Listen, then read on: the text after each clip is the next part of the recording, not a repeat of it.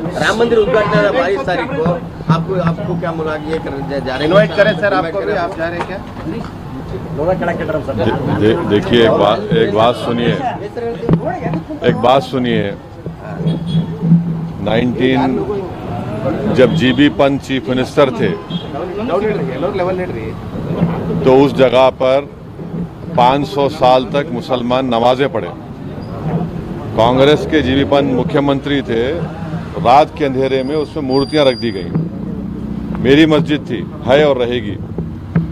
उन्होंने मूर्तियां नहीं निकाले और फिर वहां पे कलेक्टर थे जिनका नाम था नायर साहब मस्जिद बंद करा के वहां पर पूजा शुरू कर दिए और 1950s में नायर साहब जनसंघ के पहले मेंबर ऑफ पार्लियामेंट बने। फिर 1986 में लॉक्स खोले गए, बगैर मुसलमानों को सुने। बूटा सिंह शिलान्यास कर दिए।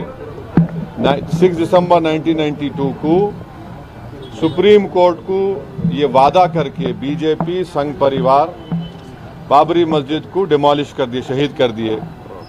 और बीजेपी के पास ये मुद्दा कब आया आपको मालूम? आप लोग मालूम बीजेपी कब उठाई? 1989 में पालनपुर में बीजेपी रेजोल्यूशन पास करी। विश्व हिंदू परिषद जब फॉर्म हुई, जब तो राम मंदिर नहीं था। महात्मा गांधी बोले क्या? महात्मा गांधी इस बारे में बोले, उन्होंने तो बहुत बड़े, उन्होंने तो हे राम बोल के मारने वाला गोली मारा उनको गोडसे, उनके जबान से ही तो निकला था। वो बोले क्या? नहीं बोले।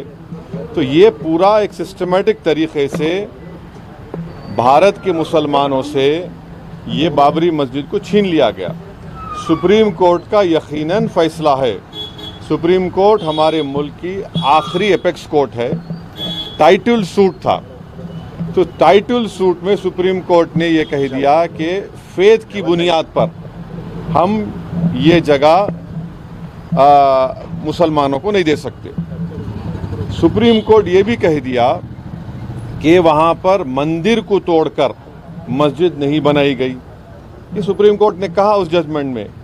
और मैंने सुप्रीम कोर्ट के जजमेंट आने के बाद ये रिएक्शन आपको मीडिया को दिया था कि एक सुप्रीम कोर्ट के रिटायर्ड चीफ जस्टिस थे, उनका नाम जस्टिस JS वर्मा नाम था। उन्होंने सुप्रीम कोर्ट के बारे में कहा था कि supreme court is supreme but not infallible. ये उन्होंने कहा था, मैं फिर से कह रहा हूँ। और मैंने उस वक्त ये कहा था कि ये जजमेंट आने के बाद ऐसे कई मुद्दे खुल जाएंगे जिसको अंग्रेजी में बोलते हैं Pandora box will be open. और आज आप देख रहे हैं कि हर जगह पर संघ परिवार जाकर ये बोलता है कि नहीं, यहाँ पर मस्जिद नहीं थी। ये मेरा मानना है, ये मेरा बोलना है, हम ये बोल रहे हैं। अगर जीबी पंत मूर्तियाँ हटा देते तो क्या आज ये दिन देखना पड़ता हमारे को? अगर 1986 में ताले नहीं खोले जाते तो क्या आज ये दिन आता? क्या अगर 6 दिसंबर को बाबरी मस्जिद डेमोलिशन नहीं होता तो क्या ये दिन देखना पड़ता? ये सवाल है हमारे, इसका जवाब कोई दे ही नहीं रहा है। और फिर ऊपर से जो अपने आप को सेकुलर बोलते हैं वो बोल रहे हैं कि दिल्ली का मुख्यमंत्री और जो अलायंस में है, हम हर ट्यूसडे को सूरजकंड पाठ और हनुमान चालीसा स्कूल में, गवर्नमेंट स्कूल में पढ़ाएंगे। गवर्नमेंट स्कूल का कोई रिलीजन होता है क्या? हाँ, अभी तो सबका झगड़ा चल रहा है। क्या झगड़ा है ये? झगड़ा क्या है? अगर मोदी नहीं रहते तो हम भी चले जाते।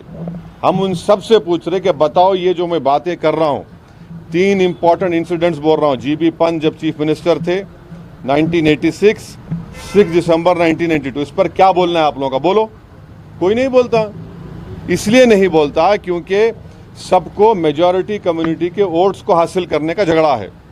और नरेंद्र मोदी ये काम करके मेजॉरिटी वोट्स को कंसोलिडेट करना चाहते हैं और इससे एक पैगाम दे रहे हैं भारत के मुसलमानों के कि आपका भारत की पॉलिटिक्स में आपका क्या मुकाम है, आपकी प्लेस क्या है, ये बताया जा रहा है। बस। ओके सर, अभी